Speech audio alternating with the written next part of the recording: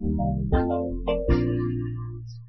a major stride towards transforming Nigeria's livestock sector, the Federal Ministry of Livestock Development unveiled the National Feed and Fodder Balance Report, alongside a cutting-edge national feed database and interactive dashboard. Speaking at the AU-IBA's Resilient African Feed and Fodder Systems project activity on Nigeria's high-level national feed and fodder inventory and investment forum in Abuja, the Minister of Livestock Development, Mukhtar Idi, described the initiative as a landmark achievement in building a resilient, data-driven, and market-oriented livestock industry. I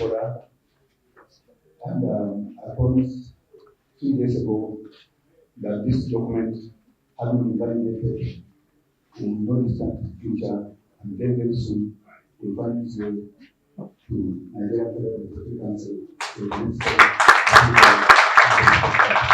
ensuring that this document will form the fundamental basis on which we are going to transform the livestock sector in this country. Speaking to reporters, the director AU-IBA, Dr. Fem Sahel, says the newly launched interactive dashboard provides real-time data on feed availability, quality, pricing, and distribution across Nigeria, a game changer for farmers, investors, and policymakers.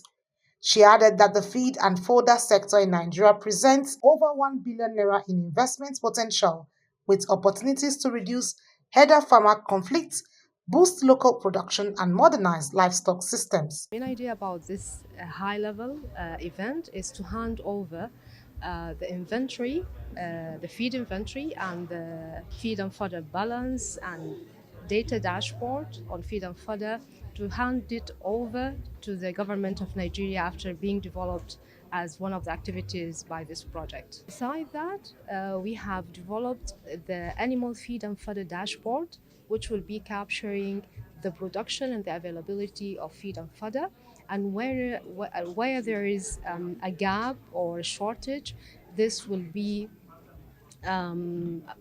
captured by this system and dashboard, and the work is done in collaboration with the National Bureau for Statistics, so that the government will be able to take corrective action to support the production of the animal feed and fodder. President of Nigerian Feed and Fodder Association, Professor Mekano Ari, and other stakeholders emphasized that the stakes are high, warning that Nigeria cannot hope to achieve food security if it cannot first feed its animals, adding that the data gathered during the feed inventory involved geospatial mapping of 361 villages nationwide, integrating satellite and ground-level data to provide the most comprehensive livestock feed mapping ever undertaken in Nigeria. Actually, this is the essence of this conversation and this meeting. We have two basic challenges. First, to meet the deficit, and then second, to tap into the opportunities that the feed and fodder sector provides, especially for exports. We simply cannot have a settled situation in Nigeria where we can't be able to feed our animals. Any country that cannot feed its animals cannot feed its own people. And you can see in us a highly nutritionally deficient communities with a lot of stunted growth. And we are also all living witnesses to a number of crises, criminal issues, basically because of the deficit of feed and fodder.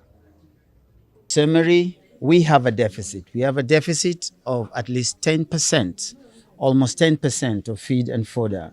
And our assessments realize that the biggest problem with feed availability and the feed balance in this country has to do with the distribution. Where we have more livestock, which is in the northern part of the country, there is no adequate fodder. And there is a lot of feed and fodder in the southern states, which a lot of which goes to waste and can be utilized towards the areas which they are needed, which is in the northern parts of the country. The event was part of the Resilient African Feed and Fodder Systems, or RAF project, an initiative led by the African Union (IBA) in partnership with Bill and Melinda Gates Foundation and implemented in 6 countries across Africa. With the unveiling of this data-driven system, Nigeria is setting a bold precedent for livestock transformation from crisis response to strategic sustainable development. Annie T. Patrick, Core TV News, Abuja.